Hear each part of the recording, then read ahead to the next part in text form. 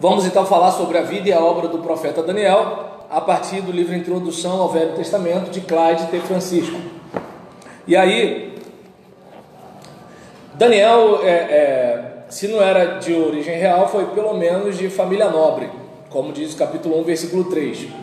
Era de forte compleição física e havia demonstrado notável habilidade e substancial progresso nos estudos, como está o versículo 4 do capítulo 1, quando foi levado cativo por Nabucodonosor em 605 a.C., capítulo 1, versículo 1. Talvez tivesse uns 20 anos de idade e se havia desenvolvido no meio do grande revivamento religioso no reinado de Josias. A influência desse revivamento devia ele muito com A craseado.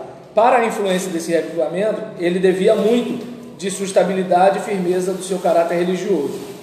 Treinou-se na língua e no ensino dos caldeus para os serviços do rei, e cedo adquiriu grande fama em virtude de sua inteligência e sabedoria. Versículo 20 do capítulo 1. Tão grandes eram a sua fidelidade, habilidade e capacidade que Nabucodonosor logo constituiu regente sobre toda a província da Babilônia e principal governador sobre todos os sábios da Babilônia. Capítulo 2, versículo 48.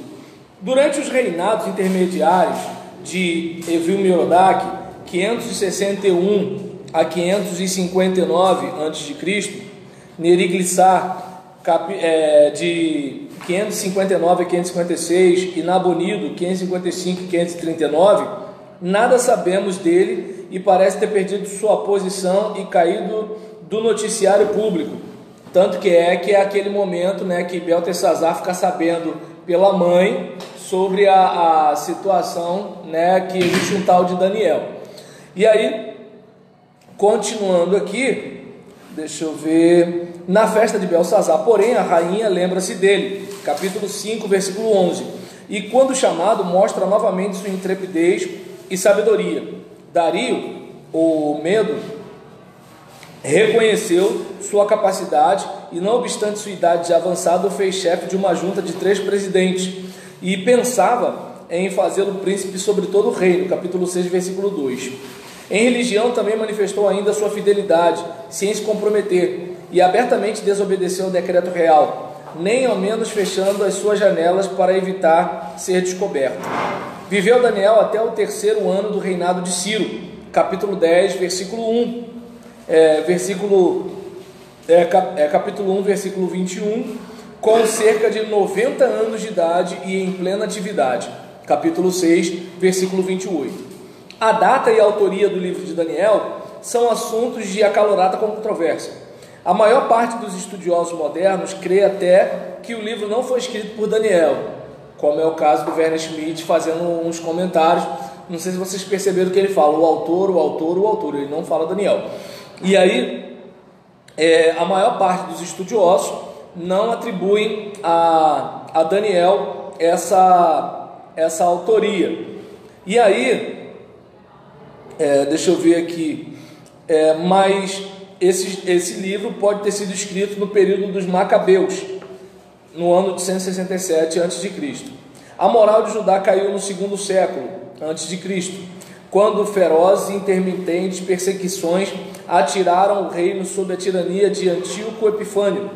O livro de Daniel, disse, foi escrito para aquecer o sangue congelado pela triste noite da escravidão. Antíoco procurava introduzir entre os judeus costumes gregos, a que o sumo sacerdote Onias III resistira. Onias foi deposto em favor de Jason, que arruinou o templo. Em oposição, Matatias, seguido por seus 5 filhos, os Macabeus, iniciou uma rebelião.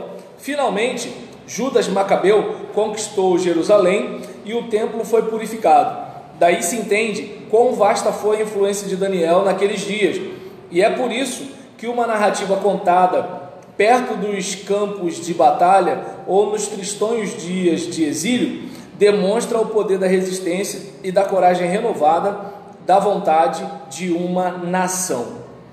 Continuando, embora muitos estudiosos modernos datem o livro como sendo desse período, isso de nenhuma maneira nega a autenticidade da existência de Daniel. Ninguém hoje em dia pode negar o fato da Revolução Francesa, embora a história de Carlyle tenha surgido 50 anos mais tarde.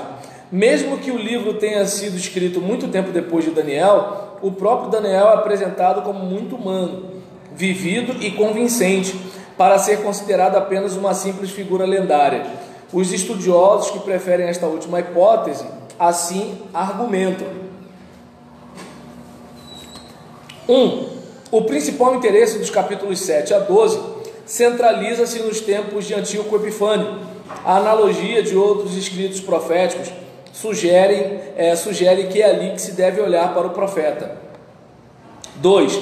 No cânon hebraico, Daniel não é colocado entre os profetas, e sim entre os escritos, que nos levam a assim pensar e que marcam o último estágio da formação do Velho Testamento. 3. As séries de predições no capítulo 2 são, em sua minúcia, diferentes de qualquer profecia no Velho Testamento. Apresentam-se como uma história literária do período. 4. Os fenômenos linguísticos são peculiares. O trecho do capítulo 2, versículo 4 ao capítulo 7, versículo 28 é em aramaico, tendo 15 palavras persas e pelo menos 3 gregas.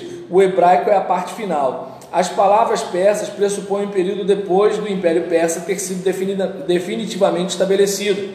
As palavras gregas exigem, as hebraicas reforçam e as aramaicas permitem uma data após a conquista da Palestina por Alexandre. 5.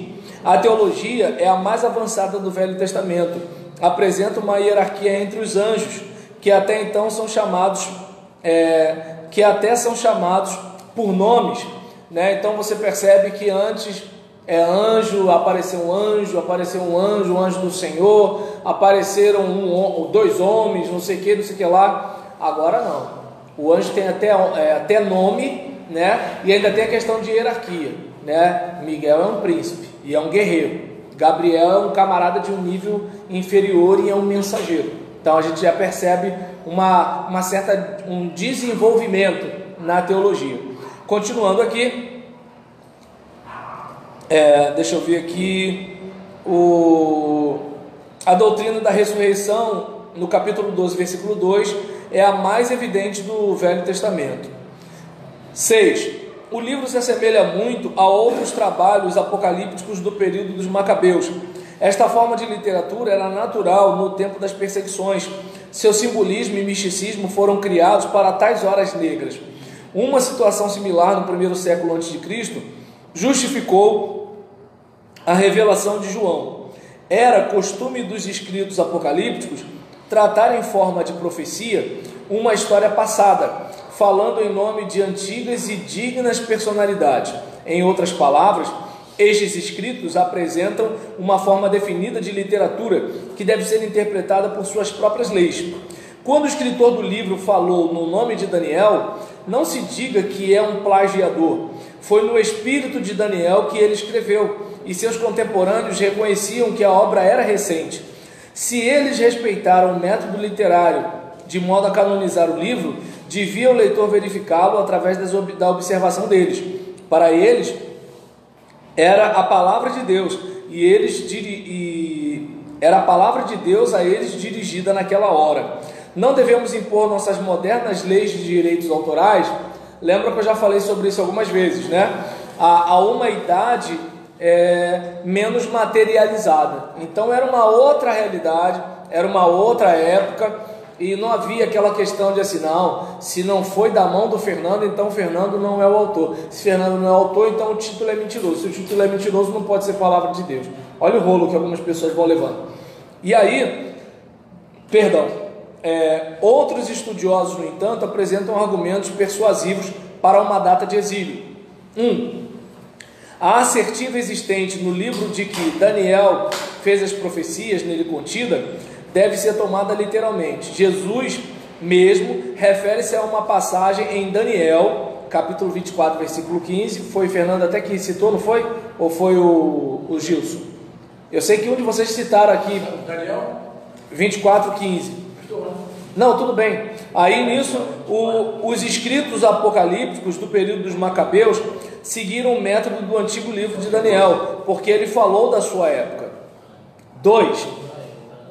Houve tempo suficiente para que Daniel adquirisse um vocabulário persa de 15 palavras. Se o livro é macabeu, deveria haver mais de 3 palavras gregas no livro. 3. A teologia é adiantada, porém não mais do que nos livros de Zacarias ou de Jó. 4. O capítulo 11 é um milagre de inspiração. Antíoco Epifânio era de tanta importância na história judia que podia garantir o interesse de Daniel. 5. Daniel faz parte dos escritos porque é uma literatura sábia, ou por causa da demora de sua aceitação no cânon, devido à sua porção em aramaico. Ou seja, de repente não é nem porque ele foi escrito por último, mas talvez porque houve relutância e ele acabou sendo aceito por último. Então há uma linha que entende que o material é recente e não foi escrito por Daniel, e há uma linha que defende que Daniel escreveu no próprio tempo exatamente no próprio tempo do livro, sendo que ele demorou para receber a aceitação. Seguindo aqui, não obstante a incerteza da data do livro, sua interpretação deve ser essencialmente a mesma. Aqueles que sustentam a última data usualmente reclamam que os reinados no capítulo 2 e no capítulo 7 são da Babilônia, Média, Pérsia e Grécia. Assim, o livro de Daniel não contém profecias, a não ser a que diz respeito aos últimos anos de Antíoco Epifânio. O restante do livro é história escrita em forma de profecia, como o autor escreve no nome de Daniel. Entretanto, a posição dos comentaristas conservadores quanto à identificação dos reinos é verdadeira, qualquer que seja a data que se lhe dê. Os 4 reinos são Babilônia, Medo-Pérsia, Grécia e um 4º reino não identificado. Pérsia nunca sucedeu à Média como um império mundial. Deixa eu ver. O dizer que o escritor é ignorante quanto à história mundial não pode subsistir, porque no capítulo 8, a Medo-Pérsia é tida como um reino, com duas divisões desiguais, 2 chifres. Nos capítulos 2 e 7, o terceiro reino, o bode, Grécia, o capítulo 8. No capítulo 2 e 7, o terceiro reino é substituído por um 4º reino, que é provavelmente o poder de Roma, com a sua ascendência até o século II antes de Cristo. E aí, deixa eu resolver aqui a parada. Foi. Só cumprimentando o pessoal que está aqui. E, não obstante, ignoramos a data do livro, é uma maravilhosa predição da vinda do Messias e do reino messiânico e do seu triunfo eventual. Após Antíoco ser vencido, o maior inimigo do Messias também encontrou-se com a sua própria derrota nas mãos do Messias.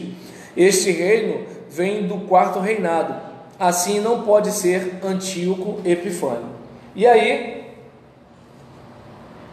vamos agora ao esboço do livro. Capítulo de 1 a 6, a história de Daniel. A juventude e educação de Daniel está no capítulo 1. Foi levado com os outros cativos para a Babilônia, sua educação e sua fidelidade são descritas do 3º ao 17º versículo. Sua capacidade, sua proficiência, sua habilidade são descritos do versículo 18 ao 21. E aí, capítulo 2, o sonho de Nabucodonosor. Os caldeus falharam ao interpretar o sonho e foram exterminados. Versículo 1 ao versículo 12. Daniel permanece, suspende a execução, descobre o sonho numa visão e relata. Deixa eu ver aqui. Daniel era de família nobre? Tudo indica que sim. Sim, né? Exatamente. Eu fiquei até numa dívida de responder acho que foi ao Gilson ou ao Fernando, agora eu não lembro, a situação de Jeremias, porque assim, Jeremias, embora, não foi você não, né? Então foi o Gilson.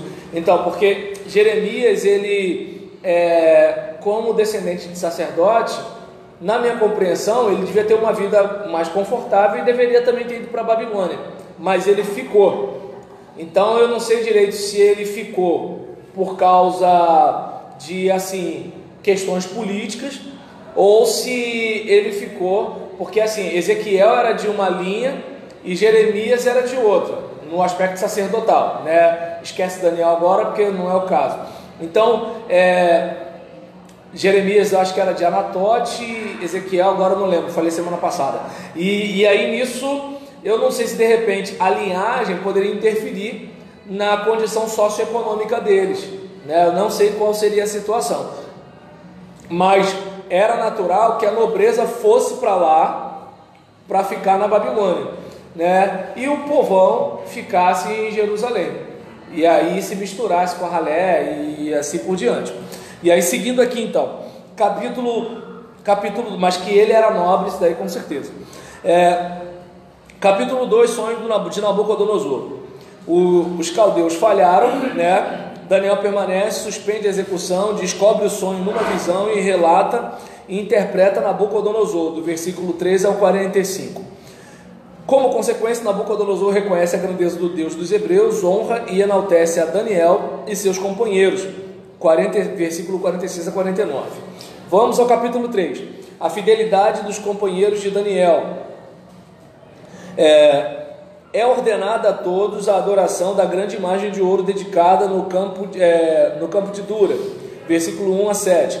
Os 3 hebreus se recusam a adorar e são atirados na fornalha, versículo 8 a 23. São miraculosamente preservados e livres do poder das chamas, 24 a 27. Como consequência, Nabucodonosor outra vez reconhece seu Deus, faz um decreto em sua honra e os protege, versículos 28 a 30. A pergunta que não quer calar: onde estava Daniel nessa hora? E o que Daniel fez que só Sadraque, Mesaque e Abednego foram jogados na fornalha? Eu fui falar isso uma vez, minha esposa estava perto. Roberlão não faz isso. Mas vamos lá. Capítulo... Como é que eu vou saber?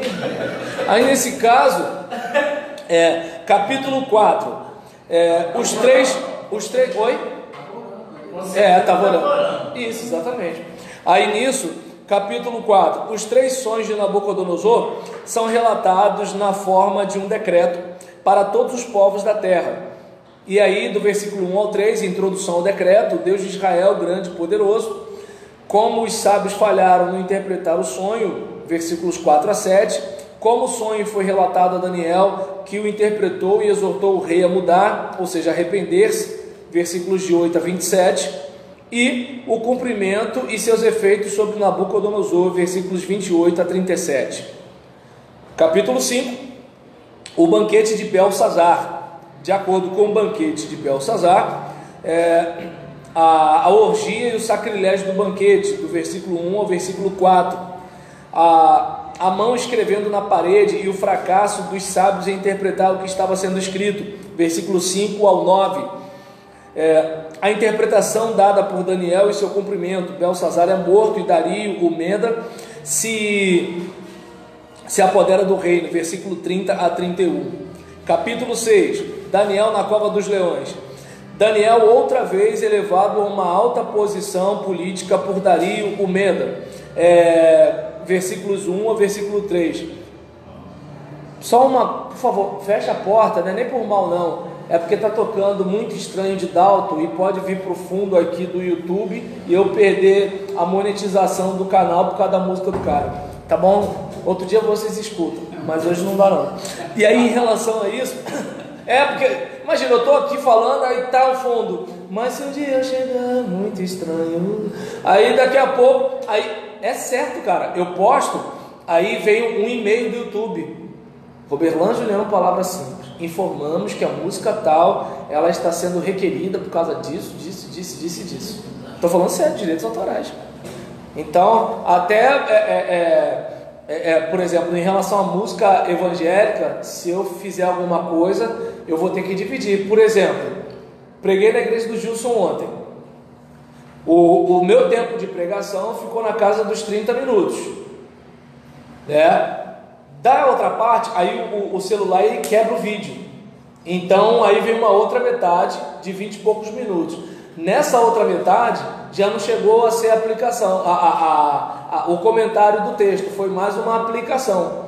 E aí eu fiz a aplicação e cantei só a primeira parte daquela música Deus é Deus. Cantei, não tinha violão, não tinha playback, não tinha nada. É certo de vir um comunicado. É desse jeito. É capitalismo selvagem. Como é que eles conseguem rastrear isso? Ah, não sei, pai. É o robô é do mal, é Matrix. E aí nesse caso, mas vamos continuar aqui. E aí, então por isso, tá, que eu precisei privar vocês de ouvirem Muito Estranho de Dalton. Então, seguindo. Eu era criança nessa época, eu devia ter uns 8 ou 9 anos. Foi 82? Aí, viu? Tá vendo? 8 anos certinho. Viu como é que sabe? Aí nessa situação, já era tudo grande esse cara aí. Tudo grande. Ah, não, tu também, porque você é da faixa deles, né? Tudo grande, não conta não. Esse passado que me condena, deixa quieto. Então, vamos lá. Capítulo 5 já fomos. Capítulo 6. Né, Daniel é outra vez elevado a uma alta posição política por Dario. Outros oficiais do reino, movidos pela inveja, induzem Dario a fazer um decreto no qual Daniel é apanhado em violação. Aquela questão de estar orando, né? Versículos 4 a 11. O rei, embora com relutância, ordena que Daniel seja lançado na cova dos leões, mas este é milagrosamente salvo e os seus inimigos são atirados na cova dos leões. Versículos 12 a 24. O decreto de Dario, honrando o Deus de Daniel. Versículos 25 a 28. Vamos para o capítulo 7. Agora já são as visões, né? As visões de Daniel, já é a segunda parte. A primeira é a narrativa, falando sobre a história de Daniel, em terceira pessoa. Aí a segunda parte do capítulo 7 ao capítulo 12 já são o quê? As visões de Daniel em primeira pessoa. A questão de terceira pessoa e primeira pessoa está claro para todo mundo, né? Então vamos lá. Aí nisso,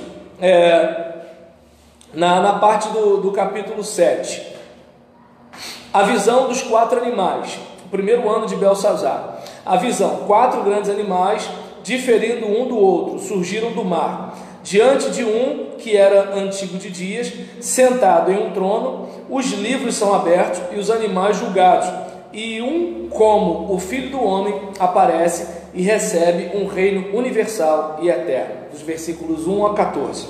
E aí, do versículo 15 a 28, vem a interpretação dessa visão. Capítulo 8. Visão do carneiro e do bode. Em Suzã, no terceiro ano de Belsazar, ele recebe essa visão. E aí, do versículo 1 ao versículo 14, vem a descrição da visão. E do versículo 15 ao versículo 27, Gabriel interpreta a visão a Daniel. Antíoco Epifânio será destruído. Terceiro bloco, no capítulo 9, a oração de Daniel. Gente, eu acho esse capítulo, para mim, do livro de Daniel, o pessoal gosta do mistério, né? Mas eu acho assim esse capítulo 9 lindo, né? Quando ele fala, né? Senhor, a ti pertence a glória, nós pertence o corar de vergonha, né? Aquela situação de assim, olha, o Senhor é isso, mas olha, eu vou falar, hein? E é interessante que assim, Daniel era um cara consagrado, mas ele se identifica com um povo pecador. Lembra aquilo que eu falei há algum tempo atrás sobre, né, o crente metralhadora? Concordo com o Fernando. Agora eu lembrei porque que a gente falou do negócio do cara que é solteiro falar para casal. Foi por causa disso, né? No trajeto, conversando com ele. Não, eu sei, eu estou falando quando que provocou essa lembrança. A questão de eu ter falado do crente metralhadora, né? Que assim, o que acontece? Pregar contra o pecado dos outros é mole. A dificuldade é eu pregar contra o meu pecado e admitir o meu pecado e me consertar na minha pregação. Esse é o caso, aí é que é osso, entendeu? Primeiro porque o povo vai te julgar, né? Imagina, eu começo a pregar e chego e falo assim, olha, você tem que parar de não sei o que lá, não sei o que. E olha, eu quero orar por você que está travando essa luta contra essa tentação, não sei o que lá. Claro que ninguém chega a falar isso, porque se falar isso, ninguém vem no apelo, né? Você que está lutando contra uma tentação, aí beleza. Se tu der o nome da tentação, o cara não vem não. Aí nesse caso, o quê? E aí nessa brincadeira, digamos que o pregador falasse: você que está nisso, vem aqui à frente, eu quero orar por você. E vou fazer mais. Irmão Luiz Cláudio, vem aqui à frente orar, porque eu também preciso me consertar nessa área. Seria maravilhoso se fosse assim, mas se o cara fizer isso, ninguém convida ele mais para pregar. Entende? O problema da máscara é a falta da misericórdia. Entende? Então, nisso que não há misericórdia, todo mundo se mascara. Aí qual é a nossa lei? Não seja pego. Entende? É aquele caso, você de repente está vendo um pornô em casa, ninguém sabe. Eu estou vendo. E aí o que acontece? Ó, o Fernando já bota logo medo. Aí acontece, com o olho de chama de fogo. Aí acontece, aí você está fazendo isso. Você poderia de repente pedir ajuda, mas você não vai pedir ajuda, porque ele vai te julgar. Então você fica sozinho com o teu problema. Só que ele toma um midnight em casa, está lá debaixo da pia. Tá entendendo? Está lá debaixo da pia. Não sou batista, não tem revelação não. É hipótese. Aí nisso que acontece? Fernando já olhou para ele. Aí está lá com o midnight debaixo da pia. Ele está te acusando, porque ele não tem problema com pornografia. Você acusa o Janildo. Por quê? Porque você não tem problema com cachaça. Entende? Esse é o problema. Agora, se cada um tivesse assim, olha, cada um está tratando alguma coisa, vamos nos ajudar e vamos vencer? Né? Exatamente. Gente, eu nem tinha reparado, desculpa, eu vou correr aqui para a gente acabar, tá, Jefferson? E aí, aqui a gente já vai terminar esse livro aqui. E aí, diante desse caso, o que a gente observa? Né? Que assim, o capítulo 9, para mim, eu acho fantástico, porque Daniel se identifica com o povo, ele se identifica com a situação, ele se identifica com a nação, né? E ele fala a nós. Ele não fala assim, a essa raça de gente, não, ele fala a nós. Não é aquele crente que na hora de orar está reclamando do pessoal da igreja, falando eles, mas na hora de orar está falando assim, Senhor, nós. Por exemplo, eu saio para evangelizar, mas nós não evangelizamos, porque ele está falando todo mundo, está falando da igreja. Deu para entender? Ele não está com aquela coisa assim, ainda bem que eu não sou igual fulano, mas aquela coisa assim, eu preciso melhorar, Senhor, me ajuda. Então, desculpa o lado do pastor agora, né, se apossou de mim, mas vamos voltar para o lado do professor. Vamos falar friamente sobre as letras. Esquece isso que eu fiz agora. Então, no capítulo 9, a gente percebe que é o quê? Compreendendo da profecia de Jeremias, que o tempo da restauração está quase às portas, Daniel confessa os pecados do seu povo e ora fervorosamente por perdão e restauração. Versículo 1 a 19. Gabriel revela que a sua súplica foi ouvida, que a restauração está próxima, e prediz o advento do ungido e a outra destruição de Jerusalém. Versículos 20 a versículo 27.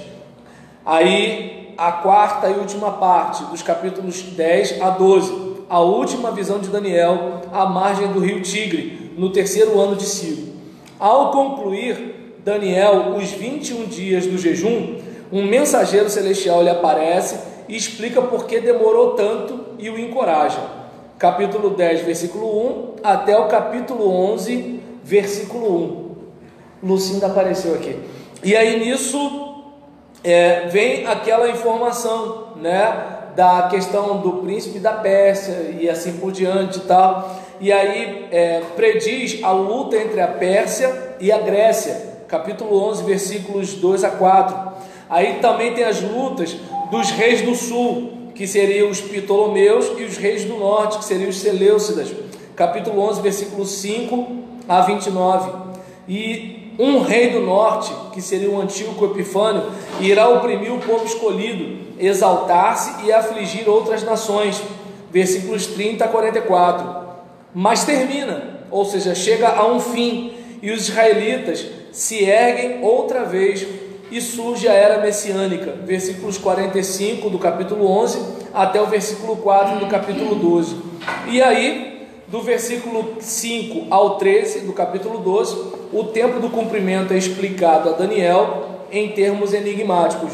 E aí fica daquele jeito, né, que assim, isso aqui de certa forma está selado, está de um modo misterioso, embora a gente sabe que lá na frente a gente vai saber que tem alguém que é digno de abrir os selos, né? E que vai descortinar o véu e vai mostrar para a gente o seguinte: olha, parece que o mal está dominando, parece que está tudo vendido, né? Eu vou pegar pelo menos assim, minha experiência como crente, minha experiência como pastor, né? Você às vezes olha para o seio da igreja e aí você fala assim: caramba, não era para ser assim, né? Você olha para às vezes assim, né? Você vai ver os políticos evangélicos, você vai ver os cantores evangélicos, os pregadores da televisão, né? E assim, aí você vai vendo o que está acontecendo no meio do povo que se diz povo de Deus, né? Do cristianismo em geral, né? Seja o cristianismo católico com esses problemas de pedofilia,